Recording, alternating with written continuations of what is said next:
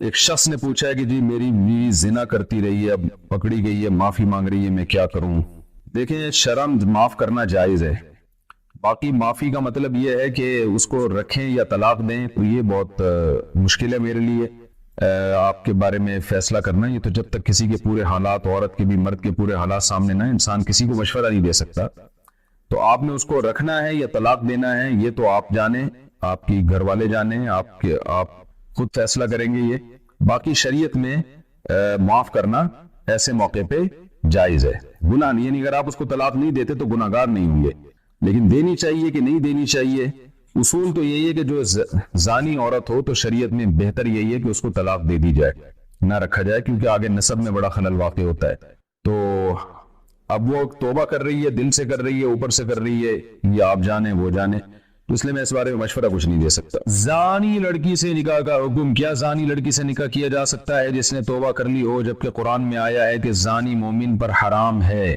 علی دہلی، زانی لڑکی مومن پر حرام ہے۔ وہ جو زانی لڑکی مومن پر حرام ہے نا، قرآن میں آتا ہے وَحُرِّمَ ذَلِكَ عَلَى الْمُؤْمِنِينَ، اس آیت کا یہ مطلب نہیں ہے جو آپ سمجھیں، وَحُرِّمَ ذَلِكَ عَلَى الْمُؤْمِنِينَ جو قرآن مجید میں آیا ہے کہ زانی کی رغبت زانی عورت کی طرف، اور زانی عورت کی طرف رغبت بھی صرف زانی مرد ہی کی ہوتی ہے، تو اس چیز کو اللہ نے حرام قرار دیا کہ کسی سے محض زنا کی بیس پر اس کی طرف رغبت کرنا یہ جائز نہیں ہے۔ باقی زانی لڑکی سے نکاح جائز ہے، اگر اس نے توبہ کرنی ہو تو جائز ہے، اس میں کوئی حرج نہیں ہے۔ البتہ مشورہ کیا ہے، کیا دیا جائے گا، مشورہ ایک الگ چیز ہے، میں صرف شرعی مسئلہ بتا رہا ہوں، مشورہ نہیں دے رہا کہ آپ کریں یا نہیں کریں، وہ آپ کا ذاتی معاملہ ہے۔ زنا کے بعد دوسرے مرد سے شادی کرنا، ایک خاتون نے پوچھا ہے مجھ سے ایک بہت بڑا گناہ ہو گیا جس پر میں شرمندہ ہوں، کسی سے زنا ہو گیا، وہ لڑکا مجھ سے شادی کرنے سے منع کر رہا ہے، کیا میں اسے زبردستی شادی کے لیے مناؤں یا سب کچھ چھپا کر اپنے گھر والوں کی مرضی سے شادی کر لوں؟ پہلے تو آپ کو چاہیے کہ آپ اللہ سے سچے دل سے توبہ کریں، بہت بڑا جرم ہے زنا کرنا، بہت بڑا جرم ہے، اور بہت شدید وعیدیں اس پر اللہ نے، دنیا میں اس کی سزا کوارے کے لیے 100 کوڑے کھلے عام علانیہ، فرمایا کہ جو بھی مرد زنا کرے یا عورت زنا کرے، اللہ نے فرمایا فَجْلِدُوا كُلَّ وَاحِدٍ مِّنْهُمَا 100 جلدہ، کھلے عام چوک میں کھڑا کر کے ان کو 100 کوڑے مارو اور ان پر رحم نہ کھاؤ، کتنی سخت وعیدیں ہیں اس پہ، اور آخرت میں جہنم کی آگ ہے۔ تو آپ کو چاہیے کہ اب آپ سے غلطی ہو گئی، آپ اللہ سے گڑ گڑا کے، خوب گڑ گڑا کے توبہ کریں اور آئندہ کے لیے عزم کریں یہ گناہ دوبارہ نہیں کریں گی، اور اب جہاں آپ کے والدین کہہ رہے ہیں دوبارہ آپ وہاں شادی کر لیں اور زندگی بھر کے لیے اس کو چھپا دیں، آپ کسی کے سامنے اس کو ظاہر نہ کریں۔ جب سچے دل سے توبہ کر لیں گی اللہ کی رحمت سے امید ہے اللہ تعالیٰ معاف کر دے گا، اور اپنے گناہ کو کسی کے سامنے ظاہر نہیں کرنا چاہیے۔ جس کی وجہ سے فرض، جماعت، تراویح، جنازہ اور عید کی نماز میں تکلیف ہوتی ہے تو اس صورت میں کیا حکم ہے؟ اگر بار بار وضو ٹوٹ رہا ہے تو معذور کا حکم کیا ہے؟ میں نے اس پہ کلپ ریکارڈ کروایا ہوا ہے کہ جس کو پیشاب کے قطروں کی بیماری ہو وضو کیسے کرے۔ تو گیس کی بیماری کا بھی وہی ہے جو پیشاب کے قطروں کی بیماری کا ہے، تو آپ یوٹیوب پہ سرچ کریں، نکل آئے گا انشاءاللہ، ٹھیک ہے نا؟ اس میں جو معذور ہوتا ہے پھر اس کے لیے ایک وضو کافی ہوتا ہے۔ ایک اسمال آرگنائزیشن ہے، انہوں نے کچھ اماؤنٹ اپنے سیونگ اکاؤنٹ میں رکھے ہیں، اس سے جو پروفٹ ہوتا ہے وہ اپنے امپلائیز کو سیلری میں دیتے ہیں۔ پروفٹ کے اماؤنٹ سے کیا یہ سیلری جائز ہوگی؟ نہیں، جائز نہیں ہوگی۔ امپلائی کی کوئی انوالومنٹ نہیں ہے ان بینک کے پروفٹ میں، انہیں بس اپنے کام کے پیسے ملتے ہیں۔ دیکھو وہ جو کمپنی ہے نا اس کے لیے تو حرام ہے وہ سود کے پیسوں سے ان کو دینا، لیکن امپلائی کے پاس جو ہے نا ایگزیکٹ ایسا تو نہیں ہوتا کہ سود کے پیسے کمپنی نکال کے الگ رکھے اور وہی پیسے اٹھا کے امپلائی کو دے دے، اگر ایسے ہے پھر تو حرام ہے، ناجائز ہے۔ لیکن کمپنی یا آپ کی جو آرگنائزیشن ہے وہ پیسے لیتی ہے سود کے پیسے بینک سے اور وہ پیسے اپنے پیسوں میں مکس کر دیتی ہے، تو مکسچر سے دے رہے ہیں وہ، تو الگ سے وہ سود کی رقم نہیں امپلائی کو دی جا رہی، وہ مکس کر کے دی جا رہی ہے، تو مکس میں تو غالب حلال ہے، تو اس لیے اس امپلائی کے لیے لینا تو یہ جائز ہے، اس لیے جائز ہے کہ ڈائریکٹ وہاں سے سود کا پیسہ نکال کے ان کو نہیں دیا جا رہا بلکہ وہ پیسہ مکس کیا جا رہا ہے۔ البتہ ان کے لیے یہ حرام بہرحال ہے کہ آپ سود کما کے اس پیسوں سے اس کو استعمال کیوں کر رہے ہو، آپ اس کا تو بلا نیت ثواب آپ کو صدقہ کرنا پڑے گا، امپلائی کی تنخواہ اس سودی رقم سے نہیں دی جا سکتی، ناجائز ہے۔ مجھے کچھ خیال آتا ہے کہ کبھی کبھی گناہ ہر متقی اور نیک آدمی سے گناہ ہونا چاہیے، کیوں؟ تاکہ نیکی کا تکبر نہ ہو اور دوسروں کو حقیر نہ سمجھے، یہ بالکل غلط خیال آتا ہے بھائی۔ جیسے دوسروں کو حقیر سمجھنا گناہ ہے ایسے ہی گناہ کرنا بھی تو گناہ ہے نا، تو گناہ سمجھ کے اپنے آپ کو حقیر سمجھنا، تو ایسے حقیر سمجھنے کا کیا فائدہ ہو گیا کہ آپ گناہ تو کر لیا نا آپ نے، تو اس کے چترول تو لگیں گے آپ کو، ہاں حقیر سمجھنے کا ثواب مل جائے گا، بلکہ وہ بھی نہیں ثواب ملے گا. حقیر کیوں سمجھ رہے ہو اپنے آپ کو؟ نیکی کر کے بھی حقیر سمجھ سکتا ہے انسان. حقیر اس سینس میں کہ تکبر پیدا نہ ہو, یہ والا حقیر ویسے سمجھنا نہیں چاہیے اپنے آپ کو. نیکی کر کے آپ یہ دعا مانگو, اے اللہ مجھے نیکی کی توفیق دے اور اس نیکی پہ تکبر سے بچا, بلکہ میں یہ سمجھوں کہ یہ نیکی اللہ کی توفیق سے ہوئی ہے, میرا کمال نہیں ہے. اللہ نے مجھے توفیق دی, اسباب پیدا کر دیے تو ہو گئی, نہیں ہوتا تو نہیں ہوتی. تو یہ کر کے بھی تواضع پیدا ہو سکتی ہے. گناہ نہیں کبھی مانگنا چاہیے, گناہ بہت خطرناک چیز ہے. ایک دفعہ جو گناہ کر لیتا ہے نا پھر پڑا رہتا ہے, اس میں بہت بڑا عذاب ہے, اس سے تو دور بھاگو. ایک مشہور اہل حدیث عالم سے سوال کیا گیا کہ رفع الیدین کے بغیر نماز ہو جاتی ہے؟ کہا کہ ایسے شخص کی نماز ناقص ہے, اللہ کی مرضی ہے کہ اسے خلاف سنت نماز قبول کرے یا نہیں کرے, ہم کیا کریں؟ ہمارے نزدیک رفع الیدین نہ کرنا سنت ہے. جب مسئلہ اختلافی ہوتا ہے تو جس کی جو رائے ہوتی ہے اللہ اس کو اسی رائے پہ پورا اجر دیتے ہیں. دیکھو نبی صلی اللہ علیہ وسلم نے بنو قریظہ کی طرف صحابہ کے لشکر کو بھیجا, ایک جماعت کو بھیجا, اور کہا کہ بخاری مسلم کی حدیث ہے, یہ کہا کہ راستے میں کسی نے عصر کی نماز نہیں پڑھنی ہے.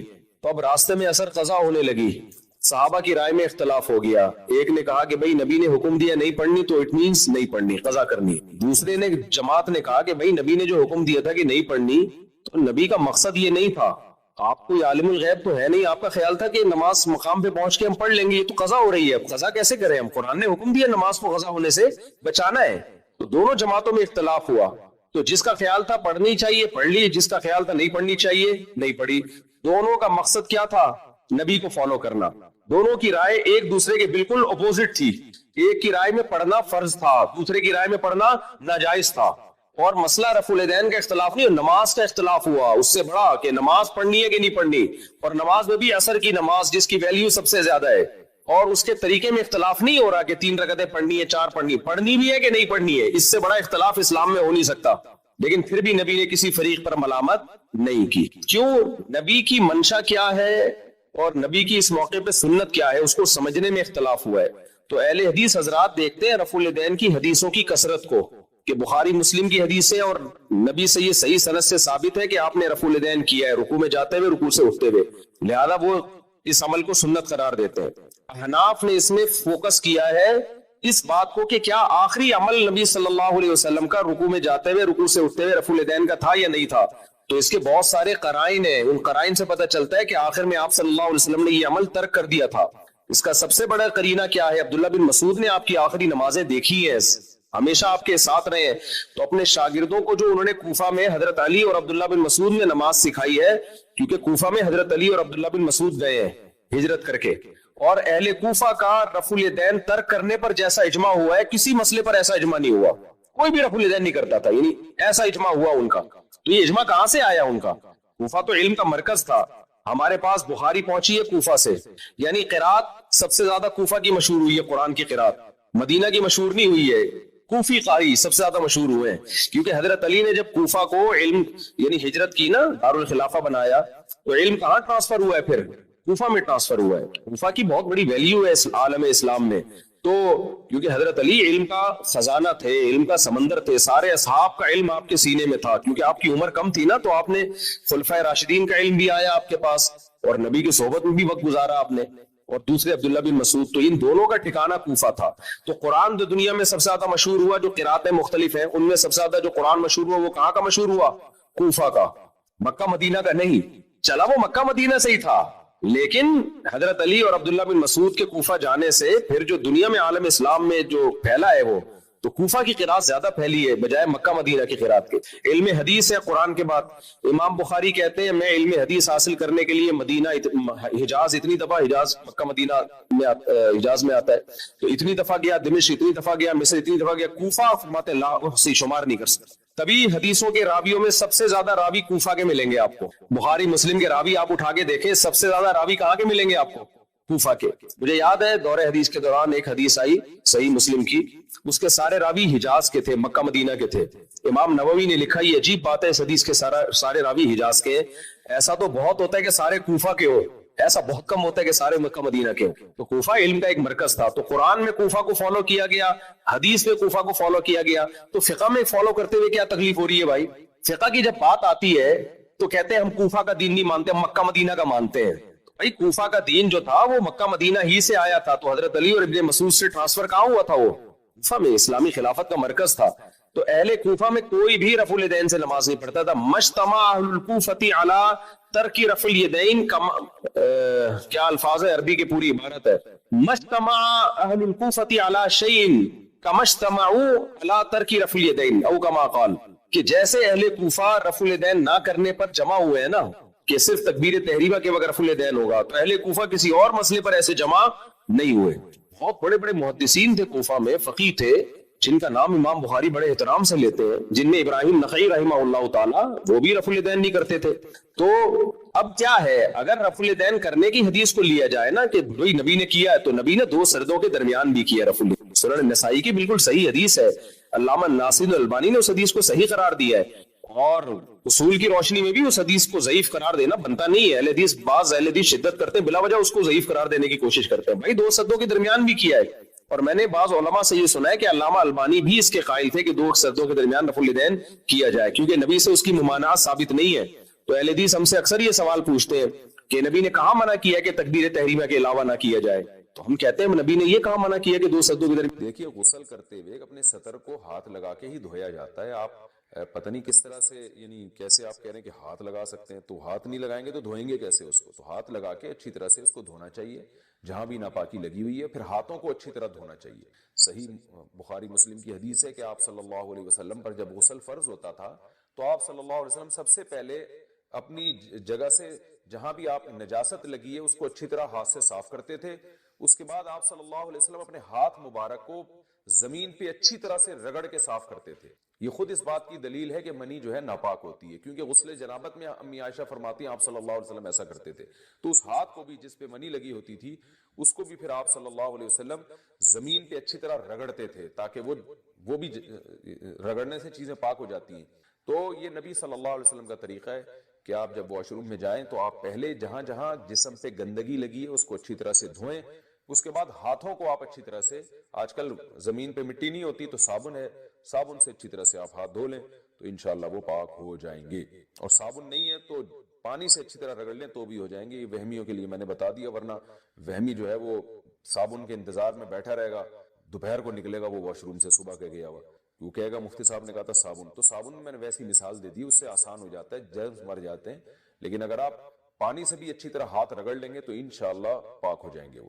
باقی یہ کہ سطر کو چھونے سے وضو نہیں ٹوٹتا. بعض فقہا کی رائے ہے کہ وضو ٹوٹ جاتا ہے, لیکن عبداللہ بن مسعود رضی اللہ تعالیٰ عنہ کا بھی قول ہے, اور اسی پر امام حنیفہ کا فتویٰ ہے کہ سطر کو ہاتھ لگانے سے وضو نہیں ٹوٹتا. تو فقہ حنفی میں اسی پر عمل کیا جاتا ہے, نہ دیکھنے سے نہ ہاتھ لگانے سے. دیکھو ہم کو جو مذہب میں علماء کی ضرورت ہے نا, موٹی موٹی باتوں میں علماء کی ضرورت نہیں ہے. جب آپ مسائل کی طرف جاتے ہیں, فقہی مسائل, اس میں ضرورت پڑتی ہے جو لوگ اس فیلڈ کے ایکسپرٹ ہیں. جو موٹی موٹی باتیں قرآن و سنت نے بیان کی ہیں نا, ان میں تو عالم کو بھی دیکھا جائے گا کہ اگر یہی بیان کر رہا ہے تو یہ عالم ہے, اس کے علاوہ بیان کر رہا ہے تو یہ عالم ہی جاہل ہے. جیسے زکوٰۃ اسلام میں ہے یا نہیں ہے, یہ تو قرآن میں جگہ جگہ ہے. زکوٰۃ اجماعی مسئلہ ہے, رمضان کے روزے فرض ہیں, 5 نمازیں فرض ہیں, ماں باپ کا احترام فرض ہے. اب کوئی مفتی صاحب بیٹھ کے تقریر کریں کہ اسلام میں ماں باپ کا احترام نہیں ہے, اسلام میں رمضان کے روزے نہیں ہے, شوال کے روزے ہیں. اب آپ اس مفتی سے, کوئی جاہل گوار دیہاتی اٹھ کے تقریر کرے یہ مفتی غلط کہہ رہا ہے, لوگ اس جاہل سے کہیں کہ مفتی وہ ہے یا تو ہے, وہ پڑھا لکھا ہے بھائی, تو ٹماٹر اگاتا ہے, پیاز اگاتا ہے, تجھے زیادہ پتا ہے یا اسے زیادہ پتا ہے؟ شریعت کی بات علماء سے پوچھی جائے گی نا. تو اس موقع پر یہ بات درست نہیں ہے بھائی. شریعت کی بات علماء سے پوچھی جائے گی, لیکن جو بالکل 2 اور 2 4 کی طرح اجماعی مسئلے ہیں ان میں تو عالم کو بھی پرکھا جائے گا کہ یہ اس کے مطابق بیان کر رہے ہیں تو ٹھیک ہے, اس سے ہٹ کے بیان کر رہے ہیں تو یہ عالم ہی ٹھیک نہیں ہے. تو وہ گوار دیہاتی کہہ سکتا ہے کہ بھائی شریعت کی بات علماء سے پوچھی جائے گی, نماز پڑھنی کیسے علماء بتائیں گے, سجدہ صاحب کب واجب ہوتا ہے علماء بتائیں گے, رمضان کا روزہ کن کن چیزوں سے ٹوٹتا ہے علماء بتائیں گے. رمضان کا روزہ ہی غائب کر دیا تو یہ عالم نہیں ہے, جاہل ہے. یہ تو اجماعی مسئلہ ہے. تو خوب سمجھ لو, میڈیکل سائنس کے کچھ مسئلے اجماعی ہیں. میڈیکل سائنس سے مراد ہے انسانی صحت, اس کے کچھ مسئلے کیا ہیں, اجماعی ہیں. ان میں اگر کوئی میڈیکل رپورٹ آپ کے سامنے اس کے خلاف آتی ہے تو رپورٹ کو بکری کو کھلا دیا کرو آپ جا کے. سمجھ رہے ہو؟ وہ اجماعی کیا ہے کہ نیچر کی بغاوت کبھی بھی صحت کے لیے مفید نہیں ہو سکتی. یہ جو لڑکے ہاتھ سے خواہشات پوری کرتے ہیں یہ نیچرل نہیں ہے, یہ نیچرل نہیں ہے. یہ ڈاکٹر تو کہے گا باڈی کو کوئی نقصان نہیں ہے. دیکھو جو لڑکوں سے بدفعلی کرتے ہیں باڈی کو ان کے کوئی نقصان ہوتا ہے؟ مینٹلی بیڑا غرق ہو جاتا ہے ان کا, اتنا بیڑا غرق ہوتا ہے کہ لوط علیہ السلام کہہ رہے ہیں کہ تم عورتوں سے شادی کرو, وہ کہہ رہے ہیں ہمیں عورت سے نکاح میں کوئی رغبت نہیں ہے. وہ جو ہارمونز باڈی میں جو انسان میں خواہشات کو بھڑکاتے ہیں, ان ہارمونز کی ایسی کی تیسی ہو گئی تھی کہ نہیں ہو گئی تھی لوط علیہ السلام کی قوم کی؟ ابے کیا ہو رہا ہے, کیوں سمجھ میں نہیں آ رہا؟ تو اللہ نے آپ کے اندر ایک خواہش عورت کے لیے رکھی ہے, وہ ہاتھ سے پوری کر رہے ہو اور آپ کہہ رہے ہو کوئی نقصان نہیں ہوگا. تو کیوں نہیں ہوگا نقصان بھائی؟ جو کام جس کام کے لیے خدا نے پیدا کیا ہے, رکھا ہے, وہ آپ اس کے علاوہ اپنی پوری کر رہے ہو. یہ ڈاکٹر بیڑا گرک کر دیں گے آپ کا. میں کبھی بھی ڈاکٹروں کی فیلڈ میں ٹانگ نہیں اڑاتا, لیکن اگر ڈاکٹر ایسی باتیں کرنا شروع کر دے نوجوانوں کو برباد کر کر کے, اخلاقی برائیوں میں بھی اور جسمانی خرابیوں میں بھی, تو ہمارا فرض بنتا ہے کہ اللہ نے تھوڑی بہت کھوپڑی ہمیں بھی عطا فرمائی ہے, اس کھوپڑی کو استعمال کرنا چاہیے. چیز نیچرل نہیں ہے, وقتی فائدہ ہو سکتا ہے. میں مانتا ہوں وہ نقصان نہیں ہوتے جو حکیم لوگ بتا رہے ہیں کہ پتہ نہیں یہ ہو جائے گا, تو یہ وہ بھی ڈرا ایسی چیزیں بتا رہے ہوتے ہیں جو غلط ہیں. لیکن میرے بھائی وہ فائدے بھی نہیں ہوں گے جو ڈاکٹر بتا رہے ہیں. ایک ڈاکٹر صاحب نے یہاں تک کہہ دیا کہ جو فحش فلمیں دیکھ کے یہ کام کرتے ہیں ان کو تو نقصان ہوتا ہے, جو نیچرل کرتے ہیں نا وہ ان کو نہیں ہوتا. ڈاکٹر صاحب سے کوئی پوچھے کہ جو فحش فلم دیکھے بغیر کر رہا ہے نا, وہ فحش فلم اپنی کھوپڑی میں چلا رہا ہوتا ہے پوری. نہیں یہی بات سمجھ میں, کیونکہ اللہ نے مرد میں جو جذبہ رکھا ہے نا, وہ عورت کو دیکھ کے یہ سیکس ابھرتا ہے. تو یہ کیسے ممکن ہے کہ اپنے ہاتھ سے خواہش پوری کرے اور عورت کا تصور دماغ میں نہ لے کر آئے؟ اور پھر وہ جو دماغ میں عورت کا تصور لاتا ہے وہ اپنی مرضی کی عورت ہوتی ہے, بہت ہی کوئی خوبصورت حسینہ لے کر آئے گا دماغ میں, اور جو حقیقت میں اس کو ملنے والی ہے عین ممکن ہے وہ اس جیسی حسینہ نہ ہو. جب اپنے آپ کو ایک چیز پہ سیٹ کر لیا تو جس پہ ہونا چاہیے تھا اس پہ سیٹ ہوگا. پھر یہ ابے مجھے ایک بات بتاؤ, تمہاری کیا ہو گیا یار, میں سمجھ میں نہیں آ رہا. تم مجھے ایک بات بتاؤ, جو آدمی لینڈ کروزر میں گھومنے کا عادی ہو گیا ہو, اس کو گدھے پہ سواری میں مزہ آئے گا؟ ڈاکٹر تو رپورٹ پیش کرے گا لینڈ کروزر میں گھومنے سے بھی کوئی بلڈ میں کوئی کمی نہیں ہوئی, جتنے سیل ساری وٹامن سارے سب فٹ فاٹ چل رہے ہیں. اب گدھے پہ بٹھایا تو بھی بالکل ویسے. اب بھائی اس کو عادت پڑ گئی ہے لینڈ کروزر میں سفر کرنے کی, اب آپ اس کو پرانے زمانے میں گدھا گاڑی پہ بٹھا رہے ہو, اس کی کمر کی ایسی کی تیسی ہو جائے گی, اس کا بیڑا غرق ہو جائے گا اور یہ ڈپریشن میں چلا جائے گا. تو جو لوگ ہاتھ سے اپنی خواہشات پوری کرتے ہیں, شادی کے بعد جو ان کی لائف ہے وہ لازمی ڈسٹرب ہوتی ہے. کچھ لوگ کہتے ہیں ہمیں کچھ نہیں ہوتا, اصل میں آپ کو پتہ ہی نہیں ہے کہ اگر یہ نہیں کرتے تو پھر کیا ہوتا. آپ کو سمجھ آ رہی ہے نا بات؟ ایک آدمی اندھوں میں پیدا ہوا تو وہ تو کہہ رہا ہے یہ نظر وظر کیا ہوتا ہے. بھائی کچھ بھی نہیں ہوتا, میں تو نارمل لائف گزار رہا ہوں. اسے کچھ دن کے لیے آنکھیں دے دو تو پتا چلے گا آنکھوں کے ساتھ لائف کیا ہوتی ہے اور وداؤٹ آئیز لائف کیا ہوتی ہے. تو جنہوں نے نہیں کیا ان کی شادی کے بعد کی زندگی, اور جو کرتے کرتے عادی ہو چکے ہیں ان کی شادی کی لائف کی زندگی میں کیا ہوتا ہے فرق. اب اس نے کمپیئر ہی نہیں کیا ہوتا نا, اس کو وہ حیات ملی نہیں ہوتی, وہ لائف ملی نہیں ہوتی, تو کیسے کمپیئر کرے گا یہ؟ تو وقتی فائدے تو ہو جاتے ہیں, وقتی تو سٹا لگانے میں بھی ہوتے ہیں بھائی, ریلیکس ہو جاتا ہے. تو ڈاکٹر یہی کہہ رہا ہوتا ہے کہ ڈپریشن میں جا رہے ہیں تو یہ کام کر لو تو ذرا ریلیکس ہو جاؤ گے. وقتی طور پر سب کچھ ہوتا ہے, فائدہ ہوتا ہے, لیکن اس کے دورس نتائج وہ نقصان دہ ثابت ہوتے ہیں. یہ ریلیکس ایسا ہی ہے کہ آپ اگر برداشت کر لینا اپنی خواہش کو, وقتی نقصان ہوگا لیکن آہستہ آہستہ برداشت کرنے کی عادت پڑ جائے گی اور پھر یہ ٹھڑک پیدا ہی نہیں ہوگی. لیکن جس نے اپنے آپ کو اس طرح ایک دفعہ کیا تو پھر ایک دفعہ نہیں ہوگا, پھر 2 دفعہ ہوگا, پھر 3 دفعہ ہوگا, پھر بار بار یہ ٹھڑک ختم ہونے کے بجائے اور زیادہ بڑھتی رہے گی. یہ نشے کی طرح ہے, بالکل ایسے ہی ہے جیسے کوئی ٹینشن میں تھا, آپ نے اس کو تھوڑی شراب پلا دی کہ یار تھوڑا ریلیکس ہو جائے گا, تو وہ ریلیکس تھوڑی ہوگا, اب دوبارہ ٹینشن میں آئے گا اور جلدی آئے گا ٹینشن میں. پہلے تو ٹائم کے بعد آ رہا تھا, اب جلدی آئے گا ٹینشن میں. اب پھر 1 گھونٹ پیا, 2 گھونٹ پیے گا, پھر 1 بوتل پہ آئے گا, پھر 2 بوتل پہ آئے گا, پھر وہ بن جائے گا شرابی. تو اس لیے جو اللہ رسول نے کہا ہے نا وہ غلط نہیں ہو سکتا. اللہ میاں نے ہمارے لیے ایک ہی آپشن رکھا ہے بھائی, نکاح کرو. اور تمہارے لیے اللہ نے کس کو پیدا کیا؟ بیوی کو پیدا کیا بس. الا علی ازواجہم او ما ملکت ایمانہم, اللہ نے فرمایا صرف بیوی ہے تمہارے لیے. فمن ابتغى وراء ذلک, جو بیوی کے علاوہ کوئی بھی راستہ اختیار کرے گا, فاولئک هم العادون, یہ لوگ اللہ کی حدود کو توڑنے والے ہیں. اور ایک اور اخلاقی نقصان اس کا کیا ہوتا ہے, دیکھو فطرت کبھی بھی دھاندلی نہیں کرتی. جو لوگ خدا کو نہیں مانتے نیچر کو تو مانتے ہیں نا. ارے جو خدا کو نہیں مانتے وہ نیچر کو تو مانتے ہیں نا, کہ کائنات میں ایک نظم ہے, ربط ہے, جس کو وہ نیچر سے, میں آ رہا ہوں اپنے اصل ٹاپک کی طرف, یہ ذرا درمیان میں بات آ گئی, تو وہ نیچر کو تو مانتے ہیں کہ نہیں مانتے؟ تو مجھے آپ بتاؤ آج تک نیچر نے کبھی غلطی کی ہے؟ جو چیز نیچرل ہے وہ کبھی غلط ہو سکتی ہے؟ بالغ ہوتے ہی اللہ آپ کے اندر بے پناہ شہوت رکھ دیتا ہے. کیوں؟ فطرت یہ چاہتی ہے کہ اب مرد اور عورت کا ملاپ ہونا چاہیے.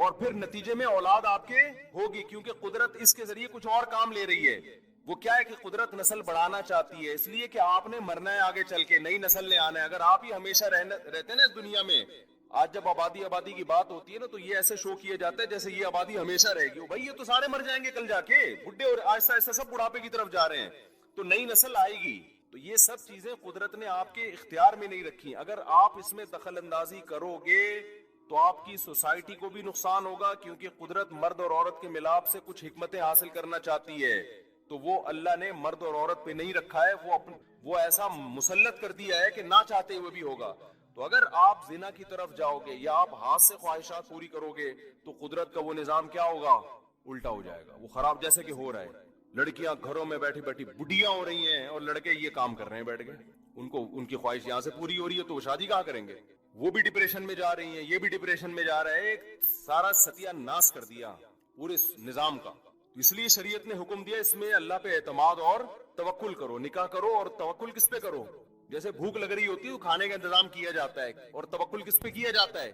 اللہ پہ، کہ یار کھانا تو کھانا ہی ہے. آپ کے پاس پیسے ہیں، آپ نے کہا 2 روٹی کھا لی تو یار یہ تو خرچ ہو جائیں گے، کل کیا کروں گا؟ ابے بھائی تو کھا پہلے اس کو، کل کی کل دیکھی جائے گی. یہ ضروری خرچے ہیں. تو نکاح بھی کیا ہے؟ ضروری ہے. یہ تو کرنا ہی کرنا ہے. پیسے ختم ہو جائیں گے تو پھر دیکھیں گے کیا کرنا ہے. یہ تو کرنا ہی کرنا ہے. سمجھ میں نہیں آ رہی تو رہنے تو جیسے چل لو، ٹھیک ہے پھر صحیح ہے. اور میں آخر میں ایک بات کہتا ہوں، مجھے پتا ہے نوجوانوں کو جب اس کی عادت پڑتی ہے تو یہ گناہ چھوڑنا آسان نہیں ہوتا، مشکل ہوتا ہے. یہ میں مانتا ہوں. جن کو لت پڑی ہے نا اس کی، وہ آسانی سے نہیں چھوٹتا. تو بھائی کوشش تو کرو نا چھوڑنے کی. جب ہو جائے توبہ کرو، کچھ صدقہ خیرات کرو. اس کا فائدہ یہ ہوتا ہے کہ اگر آپ توبہ کرتے رہے، گناہ چھوڑنے کی کوشش کرتے رہے، تو ختم نہیں بھی ہوا نا، کم از کم وہیں رک جاؤ گے آپ. اگر توبہ نہیں کی، چھوڑنے کی کوشش نہیں کی، تو جو یہ کام کرتے ہیں اگلا اسٹیپ ان کا اس سے آگے ہوتا ہے. پھر یہاں رکتے نہیں ہیں. خوب سمجھ لو، ڈاکٹروں کی خوش فہمی ہے کہ لڑکوں کو اس کام پہ لگا دیا اور وہ سمجھے کہ یہی ہوگا. ایسا نہیں ہوتا ڈاکٹر صاحب. جب وہ یہ کرے گا تو اگلا اسٹیپ اس سے بولو نا آگے کا ہوگا. کیونکہ خواہشات پوری کرنے کی جب غلط طریقے سے عادت پڑتی ہے پھر انسان نئی لذتوں کی طرف جاتا ہے کہ اور کچھ کرو اور کچھ کرو. تو یہ جو یورپ جس انتہا پہ پہنچا ہوا ہے نا کہ لڑکوں سے بدفعلی، وہاں تو سب کچھ عام تھا تو ان کو تو ضرورت ہی نہیں تھی لڑکوں سے بدفعلی کی. تو یہ اسی وجہ سے تو پہنچا ہے کہ ان کے ڈاکٹروں نے پروموٹ کیا ان چیزوں کو. تو اس لیے ڈاکٹر کی بات ضرور سنا کریں. ہم کوئی ڈاکٹر نہیں ہیں. ڈاکٹروں کی باتیں ڈاکٹروں سے ہی پوچھی جائیں گی. جب معین اختر نے سے پوچھا تھا کہ ماموں کیا کرتے ہیں تو انہوں نے کہا ماموں کی باتیں کس سے پوچھی جائیں گی؟ ماموں. تو یہ بھی ایک ہے کہ ان تتقوا اللہ یجعل لکم فرقانا. اللہ میاں نے یہ ہاتھ کو حرام قرار دی ہے. دیکھو قرآن میں اللہ تعالیٰ کا کئی جہاں بھی اللہ نے خواہش پوری کرنے کی اجازت دی نا تو ہر جگہ قرآن میں یہی آیت ہے. فرمایا الا علی ازواجہم او ما والذین هم لفروجہم حافظون. ہمارے نیک بندے اپنی شرمگاہوں کی حفاظت کرتے ہیں. الا علی ازواجہم، سوائے اپنی بیویوں کے. آپ کے پاس اللہ نے قرآن کے مطابق بیوی کے علاوہ کوئی آپشن نہیں رکھا. یہ ایک آیت نہیں ہے تو بہت ساری آیتیں. میں پڑھنا شروع کروں تو پورا بیان اسی پہ ہو جائے گا. جگہ جگہ قرآن کہہ رہا ہے فَمَنِ ابْتَغَىٰ وَرَاءَ ذَلِكَ. قرآن کہہ رہا ہے جس نے بیوی کے علاوہ کوئی اور راستہ اختیار کیا، کوئی بھی راستہ ہو، فَأُولَٰئِكَ هُمُ الْعَادُونَ. یہ اس باؤنڈری کو کراس کر رہے ہیں جو خدا نے متعین کی ہے. اور خدا جو باؤنڈری متعین کرتا ہے نیچر اسی کا نام ہے. کیا مطلب؟ یہ نیچر اور فطرت کی حدود کو بھی کیا کر رہے ہیں؟ کراس کر رہے ہیں. یہ نیچر سے بھی بغاوت کر رہے ہیں. تو یہ نیچرل کیسے ہو گیا میرے بھائی؟ اور حدیث میں کیا آتا ہے؟ حدیث میں آتا ہے عثمان ابن مظعون رضی اللہ تعالی عنہ، وہ حدیث کے راوی ہیں، فرماتے ہیں کہ ہم جب سفر میں ہوتے تھے، صحابہ تو بڑے طاقتور تھے، بہت زبردست اللہ نے ان کو صحتیں دی تھی. ہم جب سفر میں ہوتے تھے تو ہم پہ اپنی بیویوں سے جدائی بہت شاق گزرتی تھی، خواہشات بہت بھڑکتی تھی، اور بیوی سفر میں ہمارے ساتھ نہیں ہوتی. پہلے تو کئی مہینوں کا سفر ہوتا تھا. تو ہم نے پیغمبر صلی اللہ علیہ وسلم سے اجازت چاہی گناہ سے بچنے کے لیے ہم اپنے آپ کو خسی کر لیں. سمجھ میں آ رہی ہے بات؟ کیا کر لیں؟ اپنی کوئی دوا کھا کے یا کسی بھی طریقے سے اپنی جو سیکسول ڈیزائرز اللہ نے ہمارے اندر رکھی ہیں اس مردانگی کو ہم ہمیشہ کے لیے ختم کر دیں تاکہ گناہ نہ ہو ہم سے. رسول اللہ صلی اللہ علیہ وسلم نے اس عمل سے منع کیا اور فرمایا تزوجوا، نکاح کرو، فإنی اباہی بکم الامم. اگر اپنے آپ کو تم نے یہ کر لیا تو تم نکاح کے قابل بولو نا نہیں رہو گے اور تمہاری نسل نہیں بڑھے گی. اب مجھے ایک بات بتاؤ، یہاں 2 علمی نقطے کی بات ہے. حضرت عثمان ابن مظعون نبی کو سے پوچھ رہے ہیں کہ یا رسول اللہ ہم پر عورت سے جدائی بہت شاق گزرتی ہے، تو ان کے دل میں یہ کیوں نہیں آیا کہ ہاتھ سے اپنی خواہش پوری کر لیں ہم؟ پہلے سوال تو یہ ہونا چاہیے تھا نا، نہیں آ رہی بات بھائی؟ یہ بھی تو سوال کا حصہ بن سکتا تھا نا کہ یا رسول اللہ اگر ہم ایسے کر لیں، ٹھیک ہے آپ خسی ہونے کی اجازت نہیں دیتے لیکن ہم ایسے کر لیں۔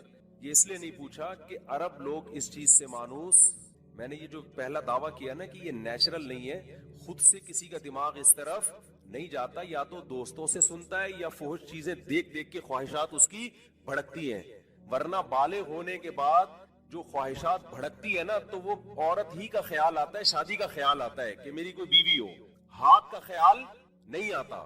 میرے علم میں کوئی ایک صحیح حدیث بھی نہیں ہے جس میں صحابہ سے یہ سوال منقول ہو کہ انہوں نے نبی سے جا کے باقاعدہ ہاتھ سے اپنی خواہش پوری کرنے کے بارے میں سوال کیا ہو نبی کی زندگی میں۔ اس سے پتہ چلتا ہے کہ عرب لوگ اس سے مانوس نہیں تھے، وہ جانتے ہی نہیں کیوں بر وقت شادیاں ہوتی تھی ان کی، وہ جانتے ہی نہیں تھے کہ یہ کیا عمل ہے بھائی، اور جس کی دیر سے بھی ہو رہی ہے وہ بھی نہیں کر رہا ہوتا تھا۔ بعد میں تو ٹھیک ہے جب اجمیوں سے اختلاط ہوا تو ایسی روایات ہمیں ملتی ہیں، جب اسلام دنیا میں پھیلا عجم بھی بہت سارے داخل ہوئے تو بہت کچھ لے کر آئے وہ اپنے ساتھ۔ حضرت عثمان بن مظعون سوال بھی نہیں پوچھ رہے، سوال نہ پوچھنا اس کی علامت ہے کہ ان کا دماغ اس طرف گیا ہی نہیں، دماغ ہی نہیں گیا تو وہ گویا انہوں نے سمجھے کہ تو کوئی پوچھنے کی چیز ہی نہیں ہے، تو یعنی ان کی بھی خواہش یہ نہیں تھی کہ ہم ہاتھ سے اپنی خواہش پوری کر لیں، دماغ ہی نہیں جا رہا ان کا اس طرف۔ ایک تو یہ پتہ چلتا ہے۔ دوسری بات، عثمان ابن مظعون رضی اللہ تعالی عنہ کو زنا کا خطرہ، کیونکہ سفر میں ہے اور اتنا شدید خطرہ کہ وہ اس پر آمادہ ہو گئے ہیں کہ میں اپنے آپ کو نامرد بنا لوں، کیونکہ صحابہ تو گناہ سے ڈرتے تھے نا، کیا کر لوں اپنے آپ کو؟ بتاؤ کسی مرد کے لیے نامرد بن جانا یہ کتنی بڑی آزمائش ہے، کتنا بڑا عذاب ہے ایک طرح کا، لیکن وہ چاہ رہے ہیں کہ اس زنا سے تو بچ جاؤں گا نا میں، کسی طریقے سے برائی سے تو بچ جاؤں گا، کیونکہ ہم سے نہیں بیوی کی جدائی برداشت ہو رہی۔ اس سے دوسرا نقطہ کیا پتہ چلتا ہے؟ زنا کتنی بری چیز ہے۔ اور لوگ سفر میں جاتے ہیں کہہ رہے ہیں یار ہم تو مجبور ہیں، بیگم نہیں ہے تو کیا کریں یار۔ او بھائی یہ ایسی چیز ہے زنا کہ یہ کسی صورت میں آپ کے لیے حلال نہیں ہے، آپشن ہی نہیں رکھا اللہ نے اس کے لیے، ورنہ صحابی وہ طاقت میں بھی ہم سے کئی گنا زیادہ تھے اور یہاں تک تیار ہو گئے تھے کہ آپریشن کر کے یا کوئی دوا کھا کے اپنے آپ کو نامرد بنا دیں۔ لیکن تیسری نقطے کی بات یہ، یعنی دوسری بات کیا ہوئی کہ زنا کتنا برا عمل ہے۔ زنا کی طرف نہیں جا رہے کہ یا رسول اللہ ایسی شدید مجبوری میں ہمیں زنا کی اجازت دے دی جائے، بعد میں ہم توبہ کر لیں گے، نہ نہ نہ نہ متا کی اجازت دی اور نہ زنا کی۔ متا کہتے ہیں ٹیمپریری شادی، اس کی بھی نہیں، وہ بھی اسلام میں حرام ہے۔ متا سمجھتے ہیں نا 2 گھنٹے کا نکاح، 4 گھنٹے کا نکاح، ایک ہفتے کا نکاح، اس میں اور زنا میں اسلام میں کوئی فرق نہیں ہے۔ عدالتی خلا نے نا آج نکاح کو متعی بنا دیا ہے، سمجھ رہے ہو؟ متا میں دونوں کے پاس یہ رائٹ ہوتا ہے، دونوں کا ایک ایگریمنٹ ہوا ہے اتنے عرصے تک رہیں گے، نکاح کیا ہو جائے گا؟ ختم۔ اور عدالتی خلا میں جب عورت کے پاس بھی طلاق کا اختیار ہے، مرد کے پاس بھی، تو ٹھیک ہے متا کی یہ صورت تو نہیں ہے کہ آٹومیٹیکلی نکاح ختم ہو جائے گا، لیکن جب دونوں کے پاس نکاح ختم کرنے کا ہر وقت حق ہے تو بوائے فرینڈ اور گرل فرینڈ میں اور میاں بیوی میں کوئی فرق رہا؟ وہاں بھی یہی ہوتا ہے کہ دونوں کے پاس ہر وقت حق ہے، جب چاہے بریک اپ کر لو بھائی، نہیں یاری بات، تنہائی میں بیٹھ کے غور کرنا، کھوپڑی میں آ جائے گی انشاءاللہ۔ تو جو عدالتوں نے عورتوں کو مکمل ڈیورس کا حق دے دیا نا، جب چاہے کوئی عورت، گرل فرینڈ بھی تو یہی کرتی ہے، گرل فرینڈ بھی تو یہی کرتی ہے، جب چاہے جا کے کیا لے لے، وہ کہہ رہی میں نہیں آ رہی، صرف اتنا رکھتی ہے کہ تو آپ کورٹ میں چلی جاؤ اور یہ بغیر کورٹ کے، اور کورٹ فوراً اس کو کھلا پکڑا دیتی ہے، کوئی فرق نہیں رہا۔ تو دوسرا پوائنٹ پتہ چل گیا زنا کتنا برا عمل۔ تیسرا پوائنٹ کہ متا بھی حرام ہے، اسی حدیث سے پتہ چلتا ہے۔ ابتدائی اسلام میں اجازت تھی، اور اجازت کا مطلب یہ نہیں کہ اسلام نے اجازت پراپر دی تھی، بلکہ زمانے جاہلیت میں متا ہوتا تھا تو ابتدا میں اسلام نے اس کو حرام قرار نہیں دیا، بعد میں حرام قرار دیا۔ اس کی مثال ایسے جیسے ہم کہتے ہیں نا شراب اسلام میں شروع میں حلال تھی، تو ایک دم دماغ جاتا ہے یار اتنی گندی چیز اسلام میں کیسے حلال ہو سکتی ہے؟ بھائی اصل بات یہ زمانے جاہلیت سے لوگ پیتے ہوئے آ رہے تھے تو اسلام نے آہستہ آہستہ احکام تک دیے، تو شروع میں پینے دی، بعد میں کیا کر دی؟ حرام کر دی۔ یہ مطلب نہیں کہ اسلام باقاعدہ حلال کہہ کے پروموٹ کیا ہے اس کو۔ تو متا بھی شروع میں زمانے جاہلیت میں ہوتا تھا، ٹیمپریری شادیاں ہوتی تھی، تو شروع میں پابندی نہیں لگی، بعد میں اسلام نے کیا کر دیا؟ پابندی لگا دی اس کو کہ یہ گندا عمل اسلام میں اس کی اجازت نہیں ہو سکتی۔ حضرت عمر نے تو اتنی سختی کی، انہوں نے جب متا کر کے آئے گا زنا کی سزا جاری کروں گا اس کے اوپر میں۔ تو اس عثمان ابن مظعون رضی اللہ عنہ والی حدیث سے ہمیں تیسری بات پتہ چلی، متا بھی کیا اسلام میں حرام ہے، ورنہ وہ کہتے ہیں ہم ٹیمپریری شادی کر لیتے ہیں، 2 گھنٹے کی، 4 گھنٹے کی، 1 ہفتے کی۔ دوبارہ وہ نمبر ریپیٹ کر دیتا ہوں۔ پہلا کہ یہ نیچرل نہیں ہے، اس حدیث سے پتہ چلتا ہے۔ نیچرل ہوتا تو حضرت عثمان ابن مظعون کی توجہ پہلے کہاں جاتی؟ ہاتھ سے خواہش پوری کرنے کی طرف. وہ نبی سے سوال پوچھتے. سوال نہ پوچھنا اس کی علامت ہے وہ جانتے ہی نہیں تھے کہ یہ کیا ہوتا ہے. یہ سے پتہ چلتا ہے ہمارے کلچر میں جو یہ چیز پھیل گئی ہے یہ ایک دوسرے سے سن کے فحش چیزیں دیکھ کے پھیلی ہے. دوسری بات, دوسرا نقطہ پتہ چلتا ہے زنا کتنا گندا غلیظ عمل ہے کہ صحابی رسول اپنے آپ کو نامرد بنانے کے لیے تیار ہیں, کیونکہ وہ کہہ رہے ہیں ہم پر عورت کی سے علیحدگی بہت مشکل ہو رہی ہے, پھر بھی وہ زنا کی طرف نہیں جا رہے. تیسری بات پتہ چلتی ہے کہ متابع اسلام میں کیا ہے؟ حرام ہے. چوتھی بات پتہ چلتی ہے کہ مجزنی بھی حرام ہے اسلام میں, کیونکہ رسول اللہ صلی اللہ علیہ وسلم نے ان کو اس موقع پر بھی گنجائش نہیں دی کہ تم چونکہ بیویوں سے دور ہو, بہت تم پر عورت سے علیحدگی بہت شاق گزر رہی ہے, تو جب جذبات سے مغلوب ہو جایا کرو معاذ اللہ نقل کفر, تو ہاتھ سے اپنی خواہش پوری کر لیا کرو. یہاں رسول اللہ صلی اللہ علیہ وسلم نے کوئی تذکرہ نہیں کیا ہے, بلکہ تذکرہ کیا ملتا ہے؟ آپ صلی اللہ علیہ وسلم نے فرمایا یا معاشر الشباب من استطاع منکم الباءۃ فلیتزوج. بخاری مسلم کی. دیکھو جب میں حدیثیں پیش کرتا ہوں نا, ریفرنس اکثر نہیں دے رہا ہوتا, اس لیے کہ میں نے یہ التزام کیا ہے میں جب بھی بیان میں کوئی حدیث پیش کروں گا وہ صحیح ہی ہوگی, وہ ضعیف حدیث نہیں ہوگی. اگر میرے بیان میں کوئی حدیث ضعیف نکلے مجھے بتائیں, میں فوراً رجوع کا اعلان کروں گا, لیکن میں اس کا التزام کرتا ہوں, میں کمزور روایتیں بیان میں پیش نہیں, میرا مزاج ہی شروع سے یہ نہیں ہے. پھر بھی انسان سے خطا ہو سکتی ہے, تو خطا ہو مجھے بتائیں, میں انشاءاللہ اس سے فوراً رجوع کا اعلان کروں گا. لیکن اب تک کی رپورٹ کے مطابق ایسا ہوا نہیں ہے. کہیں ضعیف حدیث پیش کی ہے تو میں نے اس پہ بتایا کہ یہ حدیث سند کے لحاظ سے کمزور ہے, میں اس میں فوراً یہ بتا دیتا ہوں. تو ایسی شدید مجبوری میں جب آپ کے جذبات بہت بھڑک رہے ہوں اور آپ کے پاس بیوی بھی نہ ہو, تو ہم کیا کریں؟ کیا ہینڈ پریکٹس کی طرف جائیں؟ نبی صلی اللہ علیہ وسلم نے فرمایا یا معاشر الشباب, اے نوجوانوں, کیونکہ مسئلہ کس کے ساتھ زیادہ ہے, اور نوجوان کہتے ہیں 15 سے لے کے 30 سال کی عمر کے آدمی کو شباب. حافظ ابن حجر رحمہ اللہ, علامہ نووی رحمہ اللہ نے شباب کا جو عمر بیان کی ہے وہ کب سے 15 سے لے کے 30, اور اسی عمر میں زیادہ جذبات ہوتے ہیں, اور یہ پڑھائی میں لگا رہے ہیں. ایکچولی کر کے بیڑا ہی غرق کر دیا اس کا. ایکچولی کی ایسی کی تیسی. یار میں کہہ رہا ہوں یہ ایکچولی کا لفظ اپنی ڈکشنری سے نکال دو. پڑھو, کس نے منع کیا ہے؟ تو یہ شادی کر کے پڑھ لو نا یار. انگریز پڑھتا ہے شادی نہیں کرتا, اس کو پتا ہے ان کے ہاں شادی بہت بڑی ٹینشن ہے, طلاقوں کے بعد آدھی جائیدادیں, اور وہ پھر گرل فرینڈ کے ذریعے خواہش پوری کرتا ہے اپنی, تبھی پڑھائی کر لیتا ہے وہ. اس سے نقصان, اخلاقی نقصانات تو ہو گئے نا, خاندان نظام تباہ برباد ہو گیا, ایسی کی تیسی ہو گئی سوسائٹی کی.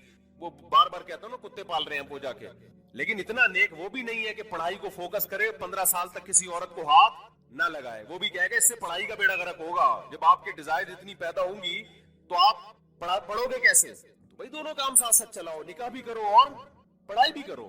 4 شادیاں کر کے خدا کی قسم آدمی پڑھ بھی سکتا ہے. میں جو آج دین کے اتنے اللہ مجھ سے ٹوٹے پھوٹے کام لے رہا ہے, تو میرے تو بچے بھی ہیں بھائی, گھر بھی ہیں میرے, آباد ہیں اللہ کا فضل سے. تو ہم کیسے کر رہے ہیں اتنے سارے کام؟ یہ چیزیں معاون مددگار بنتی ہیں, یہ رکاوٹ نہیں بنتی. رکاوٹ بنتا ہے چھڑا چھاٹ ہونا. ہر وقت اس کے دماغ میں جو ہے نا ٹھڑک بڑھتی رہے گی, جس سے صحت بھی نقصان ہوگی, ڈپریشن میں بھی جائے گا. ہاتھ سے خواہش پوری کرے گا, اگلے دن مزید خواہش پیدا ہوگی, پھر وہ ہاتھ سے خواہش میں جو تصوراتی دنیا میں جو حسینائیں اور جو حوریں لے کر آئے گا, پھر وہ پریکٹیکل لائف میں ان کو حاصل کرنے کی کوشش بھی کرے گا, اس کے لیے وہ زنا کی طرف جائے گا. 20 قسم کے درجنوں نفسیاتی مسائل ہیں اس میں. تو نبی نے کیا فرمایا؟ یا معاشر الشباب. شباب کا مطلب کھوپڑی شریف میں آ گیا. جوان ہمارے یہاں سمجھتے ہیں 55 سال کا, اب شادی کی عمر ہو گئی ہے اس کی. یا معاشر الشباب من استطاع منکم الباءۃ فلیتزوج. جو نکاح کی طاقت رکھتا ہے نکاح کر لے, اور جو نکاح کی طاقت نہیں رکھتا, مطلب یہ ہے کہ وہ رشتہ نہیں مل رہا اس کو. یہ مطلب نہیں ہے کہ رشتے مل رہے ہوں, آپ کہیں ایکچولی میں نے پڑھنا ہے, تو ایکچولی میں نے پی ایچ ڈی کرنا ہے, تو مجھ پہ طاقت نہیں. یہ فضول باتیں, یہ نہیں مانتی شریعت, اس کو نہیں مانتی.